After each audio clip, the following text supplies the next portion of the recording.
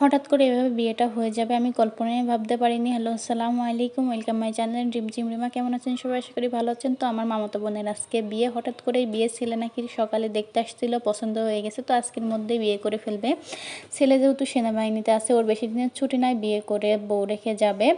তো এই জন্যে আর কি আজকের ভিতরে বিয়ে করে ফেলতে হবে। তার এমন সিদ্ধান্তে আমরা সবাই একটু মন খারাপ, কারণ আমার নানা বাড়ির মানে ভাই বোনের মধ্যে এই প্রথম একটা বোনের বিয়ে হচ্ছে। ভেবেছিলাম যে ধুমধাম করে বিয়েটা হবে, ভালোভাবে অনুষ্ঠান করে বিয়ে হবে, কিন্তু এইভাবে যে বিয়েটা হয়ে যাবে আমরা ভাবতেও পারিনি।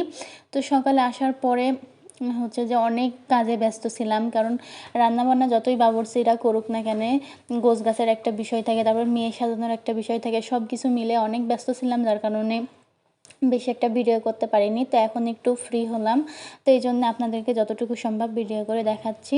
এখন হচ্ছে মানে বড় ওই যে হচ্ছে যে মুখ দেখার যে পালাটা থাকে সেটা হচ্ছে শেষ করা হচ্ছে, মানে করতেছে আর কি। সবাই মিষ্টি খাওয়াচ্ছে, তারপরে টাকা দিচ্ছে, এই আর কি। তো আর সবচেয়ে খারাপ বিষয় হচ্ছে যে কারেন্টে এত পরিমাণ ডিস্টার্ব করতেছিল, ঠিক আছে, যেমন পরিমাণ গরম তেমন পরিমাণের কারেন্ট নেই। এই জন্যে মানে বউর অবস্থা আরও বেশি খারাপ হয়ে যাচ্ছিলো। আর আমার বোনকে তো আমি বলতেছিলাম যে আল্লাহ, সবচেয়ে বেশি অবস্থা খারাপ হবে তোর, যেহেতু তুই নতুন বউ। আর এই যে কারেন্টের ডিস্টার্ব দিচ্ছে, ঠিক আছে, অনেকক্ষণ ধরে কারেন্ট থাকতেছে না, রাত্রে কারেন্ট থাকতেছে না।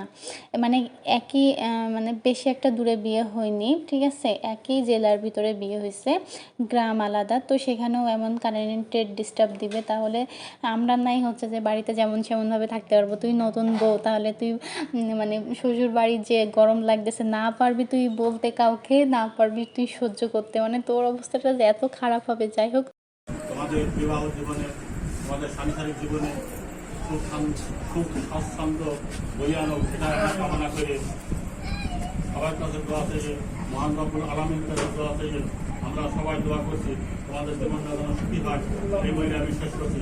আসসালামু আলাইকুম ওয়া রাহমাতুল্লাহ। ভালো থেকো, সবাই ভালো থেকো।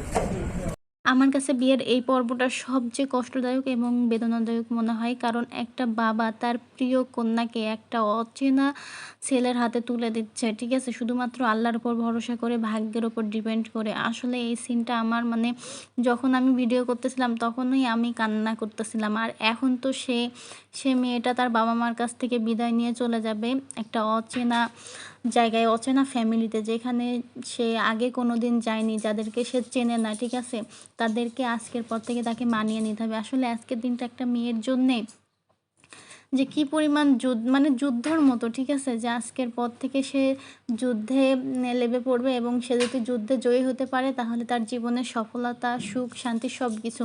আর যদি সে হার মেনে যায় তাহলে তার জীবনে মানে কষ্ট আর কষ্ট। তো যাই হোক, সবাই আমার বোনটার জন্য দোয়া করবেন, যেন আমার বোনটার সংসার লাইফে তার হচ্ছে শ্বশুরবাড়ির ফ্যামিলি নিয়ে, তার হাজব্যান্ড নিয়ে ভালো থাকতে পারে, সুখে থাকতে পারে, এবং সুখের একটা সংসার হয়।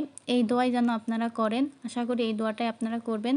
তো এখন আমার বোনের বিদায়ের পালা চলে এসেছে, এখন আমরা সবাই মিলে হাসি মুখে তাকে বিদায় দিব। এই সময় একটা মেয়ের বুকের ভিতরে যে কতটা যন্ত্রণা হয়, কতটা কষ্ট হয়, শুধু সেই মেয়েটাই জানে, যে এতদিন তার ফ্যামিলির সাথে যাদেরকে ছাড়া সে একটা দিনও কাটায়নি, আজকে তাদেরকে রেখে চলে যাচ্ছে একটা অচেনা জায়গায়।